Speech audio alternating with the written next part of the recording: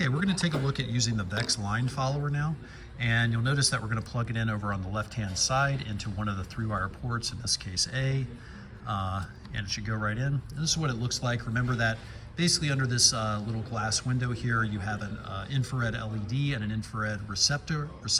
So it has its own light source, basically. It's not a photoresistor, it's an infrared transceiver, basically. So, okay, so here we go, and we're going to go ahead and click the check on the drive program, check for run, and then we're going to arrow over to the 3-wire tab right here, and then click the check.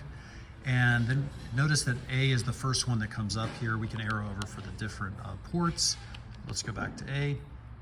Okay, so basically this drive program, or sorry, this line follower, if I go ahead and just hold it over white paper here, you can kind of see in the background. If I just hold it over white paper, basically we get this value. So notice that it goes down to like 200 or so. And then if I bring a black cord, and that's going to be kind of our line that we would be following, if I basically then hold over that that line, notice we get something up around 2,000. It gives us a nice solid range of values that are very helpful when following a line. So usually we'd put these in kind of a 3 array. So we'd have a middle line follower and then ones on the side.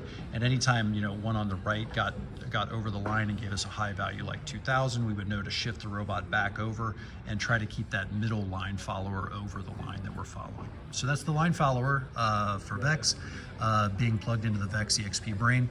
And you know, a lot of times, even though we're going to mostly access this programmatically, it is nice to see it on the brain when we're designing things because it's just a lot easier to, you know, it's just utilitarian.